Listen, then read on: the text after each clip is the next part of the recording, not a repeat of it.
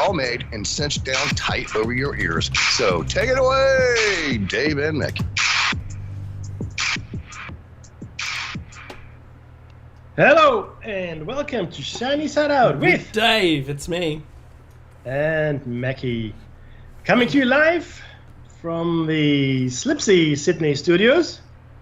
That's right, from the world down under, the continent that doesn't exist. Crisis That's actors we are. That's right. Now, importantly, we're coming to you on the line, on any device, and also on a Grace Tabletop Digital Radio if you're so inclined. So grab any app you want if you're not having a Grace Tabletop Digital Radio at home, and listen to us on your device. Most importantly, this is listener-funded radio, which means we need you to donate if you can, or tell lots and lots of people about the station. Ideally about us, that'd be good. But that's anyone is good. Seriously, if you can. Any. That's the firewall rule I've ever. Any. Really, that well, that's a router. That's a router. That caused no problems. Yeah. But seriously, so if you can, please do. But if you can't, please tell the people about the station, about us, and maybe one of those good folk can donate. We are 618. We're also coming right after Solaris, right? And That's you true. may have missed her. She's awesome. But in case you did miss her, it's okay. You can go to the archives, which are free. Another good reason to donate. And today she was talking to Caroline Bell Tumblety. And they're looking at the Wall of Mirrors. I missed that one. I'm intrigued. I'm gonna actually listen to that in the archives myself. How about them apples? That's what I'm gonna do. So that's all goodness. Now, before we start broadcasting at you in anger, we would like to acknowledge the traditional custodians of the land from which we broadcast. And for you, Dave? It's still the Bundjalung. Okay, for me, it's the Darkinjung. Believe it or not, that's right. Wow. I'm in Darkinjung country. And that's amazing. I know, right? We like to pay our respects to elders past, present, and future. Me too. Not just of the country you're broadcasting from, of course, most importantly, but also all the indigenous people around the world that are keepers of the ancient wisdom. Just on that very, very quickly. They found a city, Dave. Where? With LiDAR in Ecuador. Yes, they did. And they say it could have been 10,000 people, it could have been 100,000 people, and you know how old it was? Old? 2,500 years old. 2,500 years old. That's 500 BC, everybody. And back then, there were not meant to be any cities of that size or sophistication in the Amazon. Certainly not that we would recognize. And in fact, the gentleman, his name escapes me, I do apologize, but the gentleman who's been spearheading this particular archaeological effort said he was told not to bother. That's right. You won't find anything, don't worry about it. Yeah, exactly. And he said, look, I'm glad I was stubborn. Aren't we all? We appreciate him. Oh, completely. And look, when I say sophisticated, I mean it. Like the canals they had, the streets, the housing and it was other the buildings most populated place on the planet. Yeah. Entirely before modern times. Yeah, and it completely rewrites the history of South America. Now, sorry, I couldn't hear what you said because all I heard was we're not allowed to change the history, Mackie, according to lockstep archaeology. True enough. I'm sure we're going to find out that's all a hoax. No, but look, Dave and I have always been saying this, and we certainly have not been wrong in any of this stuff. One of the things we keep saying is the Amazon was home to maybe several sophisticated civilizations going back thousands of years that built massive structures and cities and so forth. And in my mind, I always thought of the Amazon in ancient times, pre-ancient times even, as a gigantic parkland. Yes. Do you know what I mean? Yeah. And this parkland has sort of, obviously overgrown, and all the civilizations that were there once are are gone. The question is why, how, right? That's always intriguing, and not Europeans, I don't think, because this was done. This city fell into disrepair. Probably well before Europeans ever set foot on the American continent in modern times. Mm-hmm. In modern times, I want to say. But Dave, yet again, we see science. Doesn't matter what science, catching up with what we were saying all along. Well, every time someone says it's Mayan, and I go, it's probably pre-Mayan, and there's also a civilization that's very seldomly recognized as being the I forget what they're called, not Eshes. They're called something like Say or something, right? And correct me in the chat room. I'm happy to be corrected because I can't honestly remember what their name is. But even they said the stuff that is here, we didn't even build that. Yeah. And the Mayans have been, attributed to being the successful creators of all of this. And you go, hang on, there were people there, sure, but as far as them owning it, and I'm talking about the megalithic structures, mind you, right? Right. Because you can see the Spanish edition, which was repairs. You can see some, you can see Mayan and pre-Mayan, and then there's a huge gap in technology from the ancient megalithic structure work to then being Mayan. There's a chasm of missing in the middle there. There's huge stones that you can't get a razor blade between, right? Yes. Oh, yeah. And some of those occur on mountain tops, like up in Machu Picchu, where the ancient work was already there before they built Machu Picchu, as we see the ruins today. We find that not just in the new world, so to speak. Yes. In the old world, the most blatant example of that is the Jupiter Temple. I knew you were going there. Well, it's my favorite, right? Old. Yeah. Where the platform, the base, I guess the foundation, is several stories high, and then you can actually see the other things that were built upon it. The platform was like massive, and it's got megalithic blocks in there, not on ground level as you would think, but a couple stories up, and then on top of that platform, the Romans, in my opinion, built the Jupiter Temple, which in and of itself was also quite a feat of That's a good feat, yeah, but not equivalent to the base. No, not even close. And then there's the third structure that is built around something like a fortress, which is quite primitive, the walls, and if you compare it to what else was there previously. And you can see also the weathering is quite different on these different stages of the construction. You can actually see, you see that the platform looks quite weathered and old. The Jupiter Temple looks fairly, well, not new, but not as old as the wall or the platform. And then the fortress, though it is very, pretty unsophisticated, the blocks that it was fashioned from are still quite unweathered, as it were. So, and that's just one, right? There are many other examples. People believe that the platforms upon which the pyramids at Giza rest were there well before the pyramids, serving whatever purpose. And the other places in the world where we know for a fact, for example, that churches were built in places of old temples. That's true. Or holy places, or whatever it might have been, right? We know this for a fact. That actually happened, okay? So, and why not? If it's already there, why not repurpose it? The Hagia Sophia was a Orthodox church 1,500 years ago. And then the Ottoman Turks, and now, of course, it's been a mosque for 1,500 years. But before that, it was a cathedral. Orthodox, probably the biggest, in fact, Greek Orthodox cathedral in the world at the time. You repurpose. You don't destroy. That's stupid. You repurpose. So, sorry.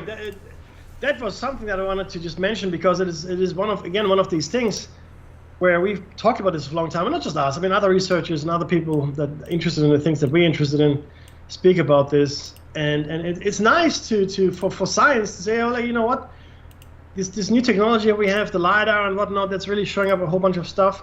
I just wish they started looking at the old coastlines and the old riverbeds. Yeah. And when I say old, I mean, the submerged ones. Yeah, the ones that existed prior to the melting of the last ice age. And on Google Earth, you can see that where the rivers extended out onto these shelves, because they're still there. The cut in the shelf is still there. We know where to look. Yeah. Now look, a lot of it would have been washed away. Of course. I mean, we're talking. If we're talking about these glacial lakes breaking, right? Yep. And then the torrential rains that came, and the tsunamis that probably came with the impact as well. A lot of stuff would have been washed away, for sure. But I reckon a lot of stuff is still there. And look, I'm put in mind again of the structure in Indonesia, Dave. Supposedly 13, 14, 15,000 years old, built out of these volcanic basalt blocks, which are 5-sided naturally, or 5 or 6-sided. I think 6.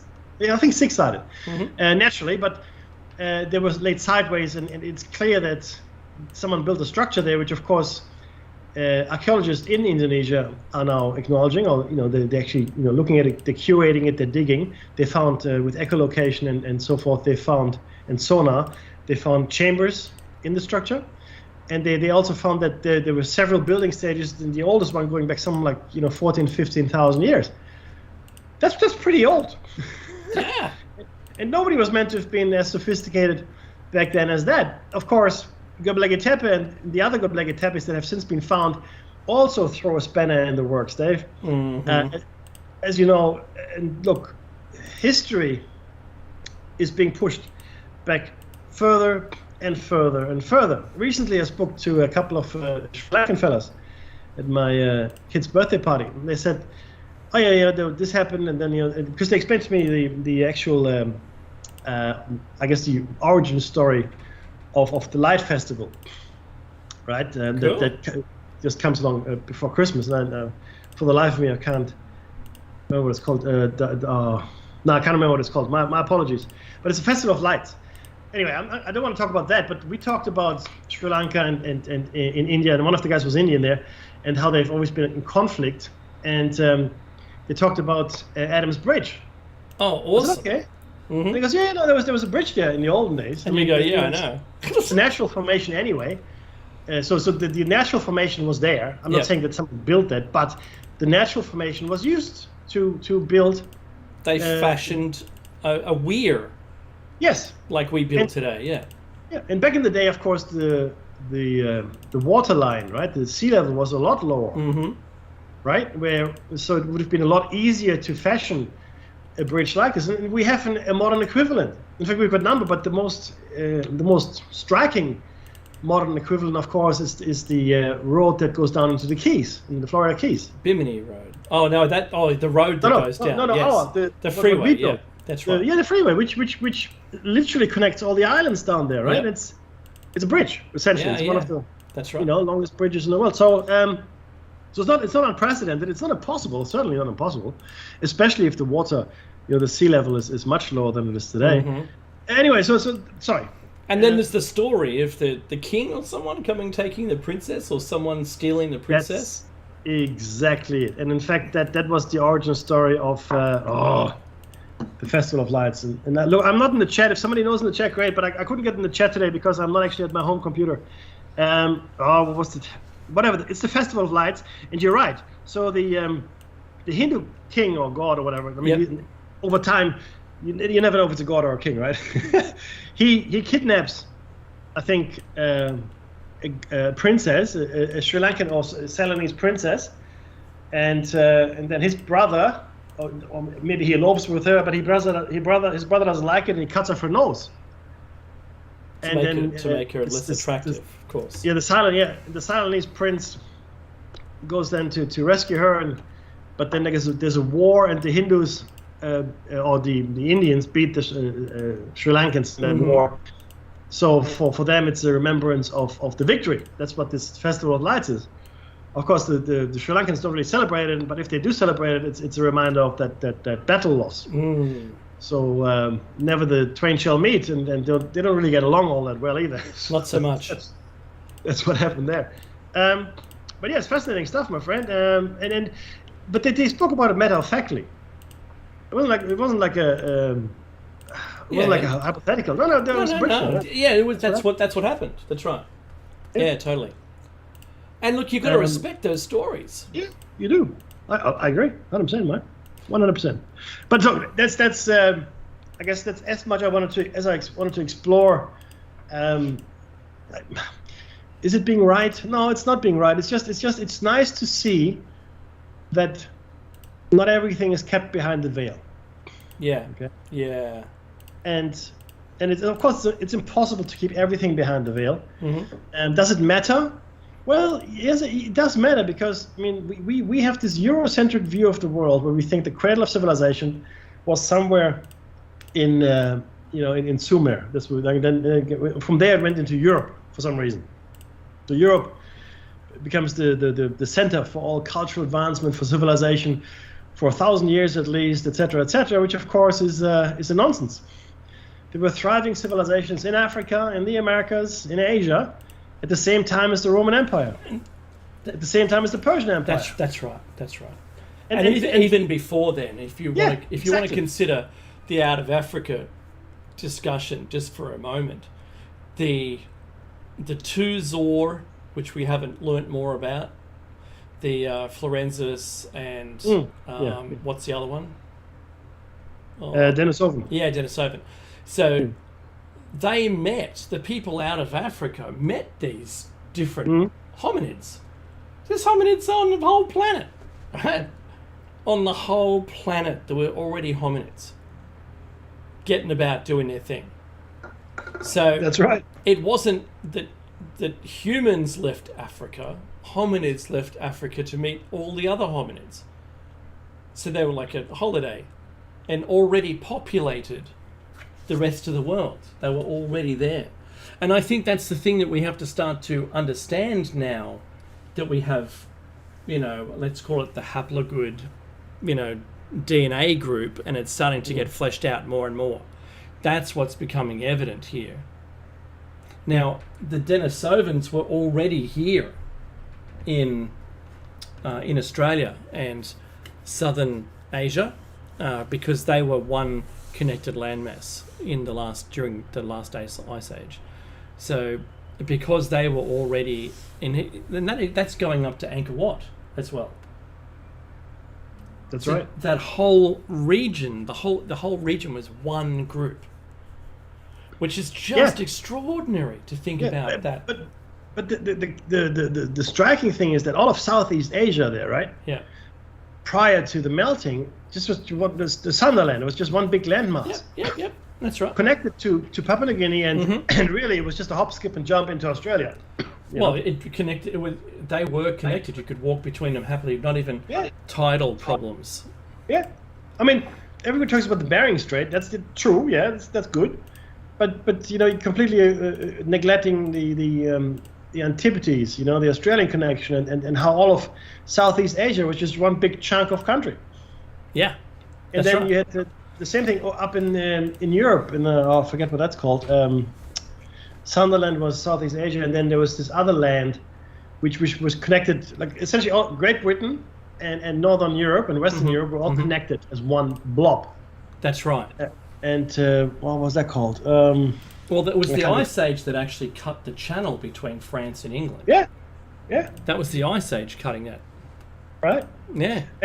But see, we neglect, and the thing is this: the fishermen or the fisherfolk, the fisherfolk, they in the North Sea, they dredge up all these cultural artifacts. Yeah, that's right. From drowned cities, villages, who knows, right? Yeah. And you go, oh, okay, that's interesting.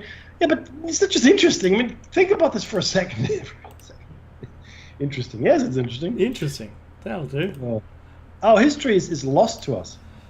Do you know what? If I explained it like this, right? So, no building that we have today will last 1,000 years. That's right. Nothing. Not even that big Saudi Arabia building. there'd be nothing left of it. It would be just a crumpled mess on the ground. Then the plants will, grow over and create soil with the organisms that eat the plant refuse, and then it becomes like everything we discovered from the last 1,000 years, buried in a small amount of topsoil, right? Yeah.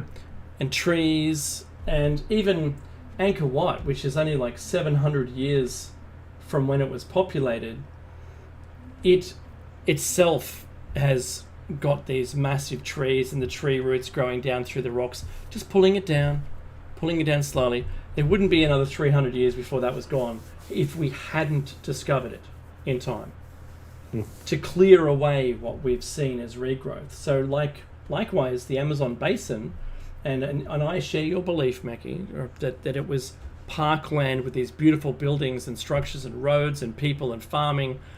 It would have looked amazing. Amazon, amazing, right? It would have looked fantastic. And it's only the lack of people now that all the plants have grown back to cover it up again. So that's 1,000 years, 2,000 years, and there's no visible signs that we existed. If you're scientific at all, then you might be able to discover things in the soil, some residues and here and there, and some ice core samples. That's if we all died and there was nothing left of us, right? Even the big concrete buildings will get we call concrete cancer, where the metal rebar ends up rusting and exploding out the concrete, causing the buildings to fail. That'll still happen. That'll happen regardless. So most concrete skyscrapers, without any help to prevent it, are only a 60-year project. You talk to an engineer, that's really all they've calculated for. So if you go back, I think it's 1 million years, we'll have seen an ice age for sure. Like the math is there. Maybe 50, 100,000 years, the math is there, that's where we'll have one. For some reason, usually a meteor strike. If we go back far enough, the tectonic plate movement will have consumed all the land masses. Oh yeah. So 500 million years is enough to put, 40 meters of soil on something, or have consumed it. And the only thing they'd be able to discover in 1 million years, if someone was scientific enough, would be that any uranium they found appears to have been modified. Yeah, that's right. If they find it, in fact. It wouldn't be 235, right? So this is the extraordinary thing. After given enough time, we wouldn't know. So just 1 million years. Well, if you go back 1 million years from today, what is it that we can't see? Oh, look, this is the thing, though, right? And the thing is, what you've just described is just with the steady state theory, like without any catastrophes. Yeah. Nature would just do what you just described. Just reclaims it anyway. Yeah, even if there was no impact, if there was no ice age, if there was no massive, earth crust displacement, anything like that, even if that didn't happen in 1 million years, 500,000 years, in fact, in 100,000 years even, what we like to call civilization would be gone. And see, people don't understand this because it's a matter of scale. And I want you to just think of it this way. A billiard ball, and I know I said this before, a billiard ball blown up to the size of the Earth will have higher mountains and deeper canyons than the Earth. The differential between the highest mountain, Mount Everest, and the lowest low, which is the trench, is 11 miles. And since the Earth is 8,000 miles across, then that is less than 1%. Yeah, it's not even discernible if it was the size of a billiard ball. It'd be shinier and flatter than a billiard ball. That's the opposite to what you said. But if it makes sense, hearing it whichever way, you know what, use that. But that's exactly right. Yeah, that's exactly right. And this is also where I hate to say it, but that's where the flat earthers fail to understand scale. Oh, Yes, everything, if you're out at actually. the ocean, it looks flat, Yeah. completely. If you're out in your driveway, if the workmen or work people did a good job, your driveway will be flat also. But I like the guy that if put. you- I like the guy that put the level on the floor of the plane yeah, while it's in the air. Complete idiot. I don't that's not- understand it, and I apologize for calling them an idiot, but wow. In order for this to actually make any sense at all, you need a level that's about, I want to say, about 100 kilometers long. If you get a 100-kilometer long level, Uh-huh. then you can do that. Do that for me, and then we'll talk again. Oh, Okay. the annoying part, if none of it else was annoying, this is annoying, that they won't include in their evidence anything that science can contribute. No, I know. Yeah. Because it's 2000. I think it's about 2,000 years ago. A great mathematician, quite aptly, proved it, the curvature of the Earth, that is, by measuring the shadows that the sun casts at the same That's right. time. Yeah. So, Successfully. and you do it. Yep. Yeah, you do it by obviously it's a sophisticated experiment. You have to have collaborators, right? That measure the shadow accurately while you measure your shadow, and then you compare the results. As you get together, That's right. and it gives you an indication of the curvature of the Earth. You all have to be trained in how to do it with what apparatus, and once you've done it, it's simple math. Yeah, exactly. Look, I don't want to talk. I don't want us to turn into flat Earth bashing, but the point is, it is a matter of scale when it comes to things. Anything really, right? When it comes to investigations and research and trying to find things, I'm in Salamander Bay, which is probably 3 hours, about 3 hours drive north of Sydney, thereabouts, right? 2.5 maybe. But I was driving through massive amounts of bushland, and I stopped probably an hour out of Sydney, something like that. I stopped at a place called Pie in the Sky. Pie in the Sky. I know Pie in the Sky. I love it. It's a pie shop, right? It's a pie shop, sells Yep. pies, but beautiful pies. So, in Australia, we like meat pies and fruit pies and all kinds of pies, right?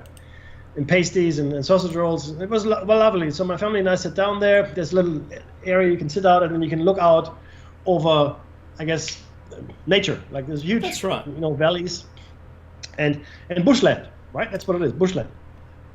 And a lot of bikies go there as well. Not bikies as you think of the people that ride not bikes. big biker. These are bikers that like the old Yeah. pack. It's called the Correct. old pack run.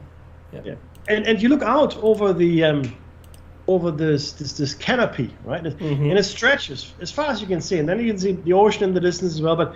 But you see this forest, this bushland, Untouched forest.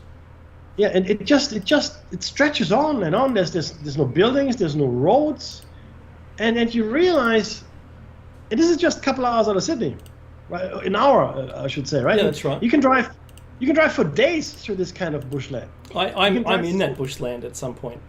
That's exactly right. That's right. Now, and I find it astounding. I really do. I still do. To this day, I find it astounding that we think we got it all locked down. We got it locked down, Mickey. It's okay. We know it all. No, don't worry about it. We know it. It's known. There's nothing new to learn. And stories of Yowies and Sasquatch and Bigfoot and Yeti and Alma and whatnot, right? And I'm thinking, I'm looking at that bushland. I'm thinking, of course, there are creatures, That we animals, haven't found yet. That's right. sentient beings, even that we Yeah. haven't. And that do well not to be discovered by us, because our first instinct is to shoot it. That's our first instinct. Let's shoot it. What? Yep. Yeah, we're gonna shoot it. No. In fact, you know what? If that were to happen, I'd rather not know about Bigfoot and Sasquatch and so forth. I would rather not know. Right? If you had a choice between shooting one and not knowing, I'd be in the camp of, you know what? I'm okay not to know. Thank you. Because I mean, no, really, think about it for a second, right? Let's say there are these beings that might even be maybe even smarter than us, that can use the dimensional gateways or whatever they are to their advantage, and they've been using it. Maybe they know it instinctually, maybe they know it technically. I don't know, but it seems that they're able to use it. And there's close connection to the UFO phenomenon as well, and other things all connect. And if you ask me, well, what if we killed them all, killed some UFO passengers, and kill some Bigfoot, and kill some this, and like a lake At monster least or we whatever. know they existed. Yeah, but I'd rather not know at that point. I'd rather not know. Mm-hmm. Right? If the circumstantial evidence that we have at this point is not enough, then it's okay. I don't need to kill these creatures to know more. I really. I'm going to tell you how complicated it is from a cryptozoologist to bring to light. This comes after a conversation with one, and it brings to light the struggle that they have, because today's technology, you can fake any video at all. Yeah. Even live video you can fake. Okay. So the odd thing about bringing video footage is that it can be dismissed immediately as fraud. And you go, but no, that's what I actually filmed.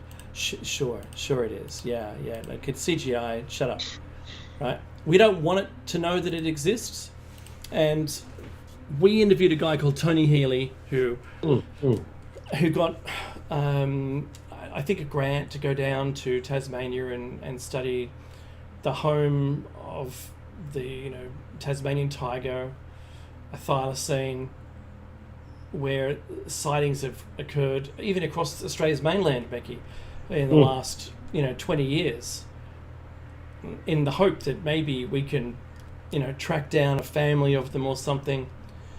And he can't talk about what he saw, whether he saw it or not. He's just tight-lipped. He says, I'm not saying a word. Nope. I'm not confirming nor denying anything. And that's it. Because what's going to happen is gun-toting people who are going to prove that they exist are going to kill it to prove it that it exists. That's right. Is that what we want? I'm with Meki on the. I prefer not wanting to know so that it can live happily ever after. Yeah. 100%. I mean, look at what we did just 100 years ago. Oh, maybe a bit longer. We put our own people, Homo sapiens, into a zoo. That's right. Why? Because, well, they were dark-skinned. They were different, Maggie. That's I told you they were real. Yeah, the platypus. See, we've got dark people, and there they are. That's horrendous. I mean, slavery is bad. Don't get me wrong. Slavery is a bad thing, but putting people in zoos, that's a whole different level of I don't even know what you would call that, to be honest with you. That's awful. White chauvinism? I don't know. I'm just going to call it awful. That's. Yeah. I'm gonna stand on that platform. That's what I'm gonna do. There you go. Hey, amazing. I missed my segue about. I missed my segue. My segue was meant to be tied into the history of the Earth and how you could tell and what things you could scientifically find and what arguments you come up against. So, for instance, if it was a million years in the future, even if all of our nuclear power stations, for some reason, we all disappeared, they all went into overrun, and they caused meltdowns across the planet, even the evidence that you could find that said they altered uranium, this is proof that a civilization existed. And they go, but there's radiation everywhere after this certain year. There must have been maybe impacts that occurred that caused all this uranium to be everywhere. People can still argue it. They'd still argue it, right? If anyone was left from today, they'd argue it. But the thing that would be an undeniable evidence would be all of the nanoplastic particles that we have everywhere. Did it? Crowd goes wild. Because I wanted to mention this. In a 1 litre bottle of water that you buy off the shelf from any of the providers, we have a whole bunch of things. In the rain, Meki, we've got forever chemicals. Yes. In the water, in the seawater, we have forever chemicals. In the air, we have forever chemicals. In the ground, we have forever chemicals. They're just now everywhere, and there's nothing we can do to clean it up. So, like I said, we have proof that the 2000 nuclear tests that occurred, right? Well, there was more than 2000, but let's just call it 2000. We have proof that we dug up and used fossil fuels in the petrol producing plastic that we use every day as a result of oil. And those plastics now can be found even in a filtered bottle of water. If you get a filter at your house to filter out water, you can still have the nanoplastics in the water after filtration. So the only way to do it would be to distill the water. But the nanoplastics are so small that they'll actually carry away with the steam. So think about how we're in trouble now. And we don't even know what this is going to cause. How is it going to affect us, right? Yeah. Is it going to clog up our systems or something? I don't know. Yeah, I just don't know. I don't know. We don't. It's too early days. But there's a video that Channel 9 put out, and I've just got that on the screen for those people on YouTube, by the way, and hello to you. Like and subscribe and share and talk to your friends about what you learn. And this is 240,000 of these microplastics can be found in a single litre of water. So what's that? 4 inches by 4 inches by 4 inches cube of water, because that's about a litre. Right? It's 10 centimetres cubed. And that's insane. That's from drinking water. So I don't know.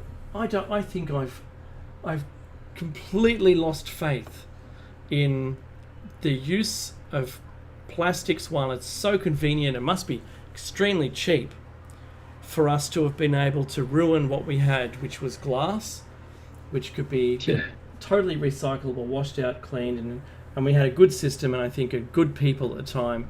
Just bad magpies, Mickey. Bad magpies. The petrochemicals were on the march, and Kunststoff, plastics, and all that. I mean, we had Bakelite before that, right? Yeah, that's right. We didn't need plastic. We had a whole bunch of other stuff. There was resin. I mean, we also had. I mean, you said glass. Yes, the problem with glass was, of course, that it could break. But you know what? You could crush plastic, and then you lose it just as well as you would lose the glass.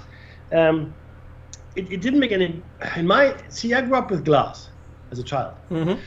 There were no plastic containers for anything, and in fact, the only bottled water was water that came from a spring, like carbonated water, right? Yeah. There was no other bottled water that I can think of. Juice, yes. Soft drinks, yes.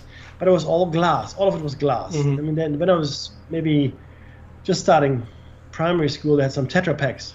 You know, remember those Tetra Paks? Yes. Like pyramid-shaped juice boxes and such. Even milk came in glass bottles. Okay. Yeah, that's right. There was no plastic, and then slowly but surely, and I remember this. I was in my teenage years, maybe, when plastic made this massive foray into everything, and the taste changed. I like to drink Coca-Cola. Out of glass is just the best, isn't it? Right? It's the only way to drink it. Yeah. Glass. It has to be glass. Plastic, no. It doesn't taste. It doesn't taste there. Icy terrible. cold Coke in a glass bottle. Oh, the best. And then they brought it back. They brought Coke bottles back in not in liter bottles, but in the smaller, like 300 mils or whatever. Yeah. They brought it back. Why? Because people wanted it. That's right. Right? So maybe we should want to have no more plastic, right? Maybe we should want to have, everything in glass again. Proper. The way it's meant to be. This whole plastic thing honestly, Dave, especially what you've just said with the nanoparticles, right? In even the drinking water, where's it going to end? We're going to have plastic in our DNA. It's dreadful. Well, I can't imagine what it's going to do to our body's filtration system, right? Oh yeah. That can't be good for it, unless that can just go straight through, and then we might be lucky.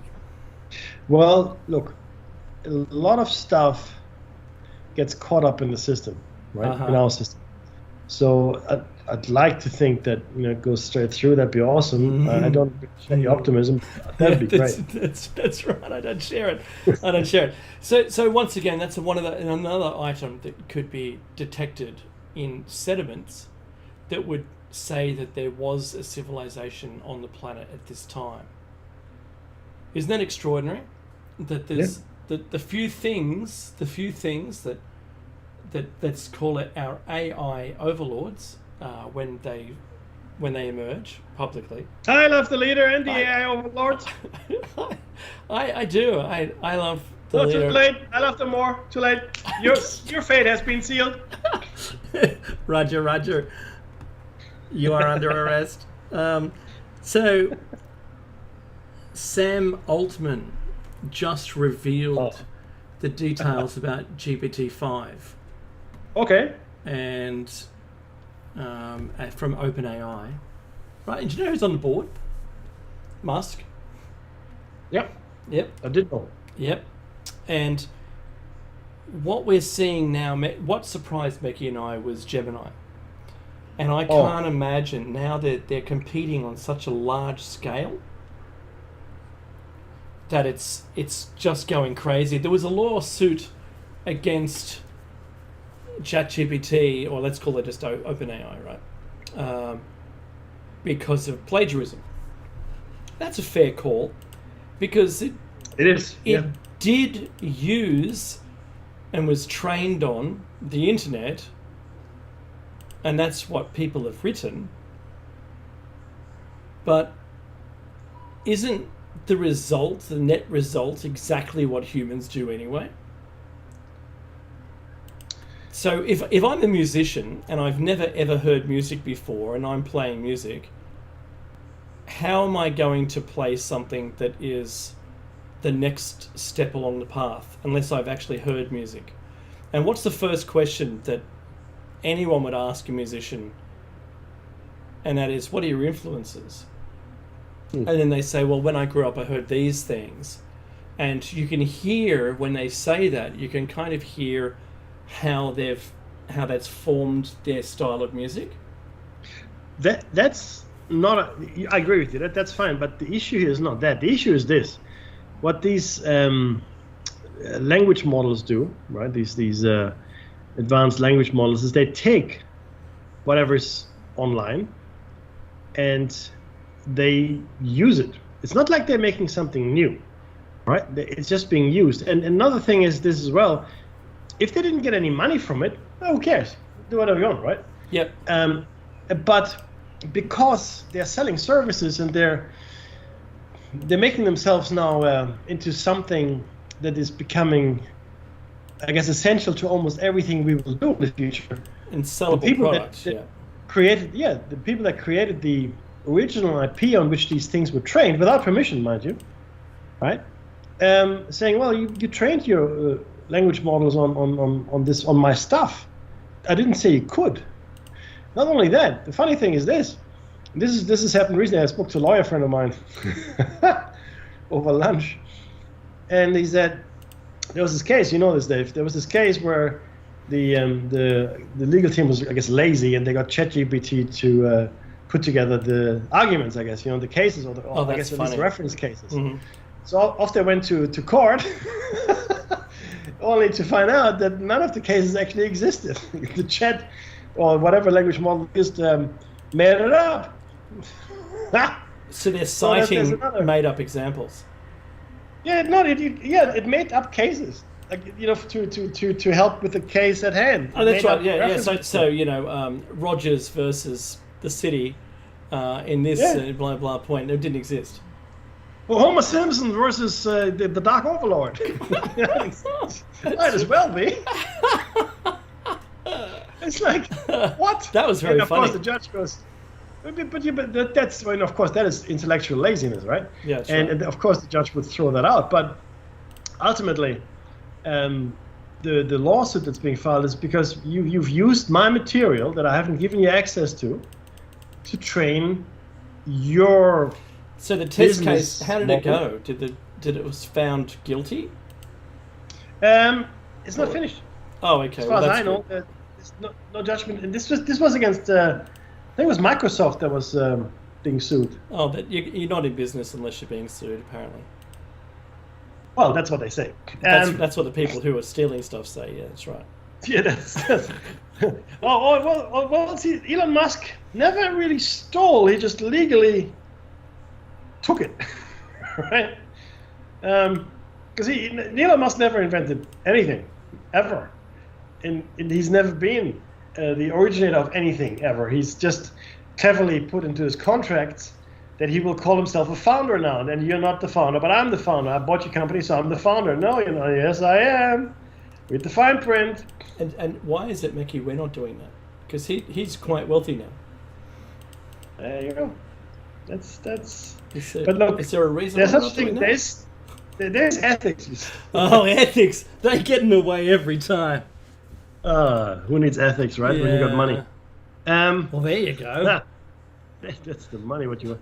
No, I find it disturbing that these people get away with this kind of stuff. I really do. It's massively disturbing to me. But not much I can do about it. So the question becomes, what will the landscape look like? Because I mean, right now, legally speaking, and we discussed this again before.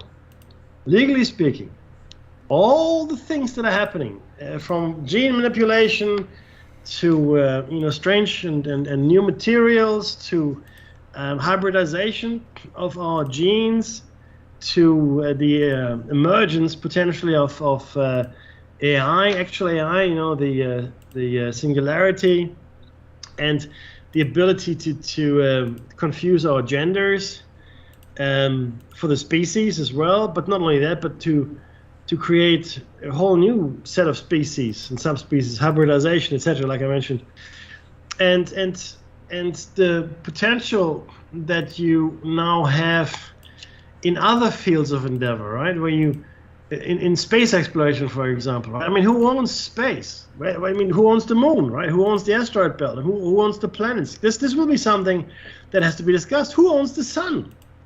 Right? If we keep the model going that we have today, the capitalist model of greater profits every day, these questions have to be settled at some point, right? And I tell you, Dave, I don't think we're equipped to even deal with a fraction of those issues. The next 100 years, far out is all I can say. Well, I don't know if you'd want to own the sun, because then you could get blamed for a whole bunch of problems. That's true. But you can always go and visit at night when it's cold. Yeah, that's right. On the other side, because if it's the sun on, if it's midday here, on the other side of the sun, it won't be, right? So you know what scares me, Dave? I know there's people who believe that. I watched a clip where a lady was actually saying that. In her defense of one of those midday shows, yeah. Oh well, that's it then. The midday. Is it like one of those midday, kind of news, like morning show turned into a midday show? And there was an argument about something she was trying to bring up, and they decided to interview her and just put it live on air, and she just, to be honest, I don't know, kind of went the wrong way, and then now she's on air. The lights are on her, she knows millions of people are watching her, and then for some reason her brain just went into whatever mode it is where you think that that's the right answer. Oh, that's cool. I think it's really funny, because I mean, I'm going to be honest here. When I got into fan mode and my brain went south on me, and I was talking to the lead singer of a band, and I accused the lead singer, I won't name him, of singing a song that he didn't sing. Oh. Right. I said, I love your music. You make us think, and it's great. Thank you. Right. And he goes, oh yeah, thanks. He goes, which song in particular? And then I said a song name, song title, and he goes, that's not us. Yeah, and then he's looking around at the music event. It's I'm a pass holder to get in. I'm also a muso. I'm a member of APRA, and that's our Australian Recording and Performance Artists group, not whatever you think it might be. And he was looking around the room to try and get eye shot with someone who could help him escape me. I'm going crazy. Help! I'm sorry. It was really funny. It was really funny. And I realized what I'd done as soon as I said the words. It was like I was a bystander listening to someone else say the words. Yeah. Out of body experience there. No. You've been shamed out of your body. Yeah, well, I never went back again, so, that was the end of that. I lost all my credibility right there. Oh, I don't know. I didn't know him from a bar of soap, to be honest. I knew there was a couple of songs, but for that very moment, I did not know. So this poor lady's on air, cameras are on her, and she says that, well, the solution's to be found in the sun. And he goes, "Isn't it too hot?" Right? And she says, "Oh, we'll go at night time." You can't make that stuff up. No. You just make it up. Her brain just faxed itself someone else, because it was back in the olden days. It was in 4x3. I phoned that one in. Yes, you did. You sure did. There's a sign on a forehead that just says, out to lunch, and that was it. Done.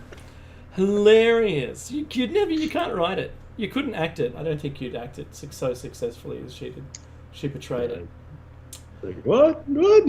Hey, but it's the same as that. We started with Flat Earth. I'm going to end with Flat Earth. So the oddest thing that I like to inject into a Flat Earth conversation is the simple idea that you can prove it in your own backyard at night time.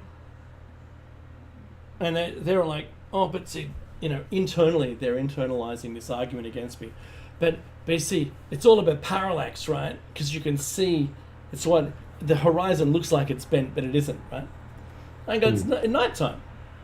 And they're like, how are you supposed to, oh, I've got nowhere to go. And I said, all you do is look at the stars. If we were on a flat disk, there'd be a single point of rotation, and that's it. There's no other point of rotation. If we're on one side of the disk looking up, and it's turning around, there's a center point called the axis. But what we see is two axes, or axes. You see two of them. There's one at the north when you look up, and when you look south, there's one in the south, and they're turning in opposite directions. It's great if you look at it. And if you can make me a model that makes that work in your flat Earth, maybe I'm going to be able to listen to the rest of your conversation. Thank you. That is all. That is all. There isn't, you don't have to argue anything else, because it's how they've been led down a garden path into ignoring or believing in any other conspiracies at all is part of the divide and conquer. Yeah, of course. You can't have everyone in the world against you, so split them up in little groups, and now you've got that pathetic group that still believes the Earth's flat. Yeah, good luck with that. All right, and you've got the they didn't land on the moon ever, right? We never went into space because the firmament, you hit the glass and that's the end of it, right? I'm sorry. Right? We've got the religious types that don't believe the whole Earth and everything on it is 6,000 years old, so whatever, right? So you've got the people who, each one of the, I'm not going to be wrong, I'm not going to be terrible to every other group, right? You imagine the groups that what are the cults, Mecky? The ones where, the meteor's going to come past, you see, or the comets, see, and that's the god, and we're just going to go to sleep and wake up and we'll be on it. They'll pick us up on the way through. But we have to commit suicide. Me too. And there's music. If you're listening to this on YouTube, this is going to end, but there's another one for the second hour. If you're listening to this through terrestrial means or through an app, we'll be back in a minute. Stay tuned.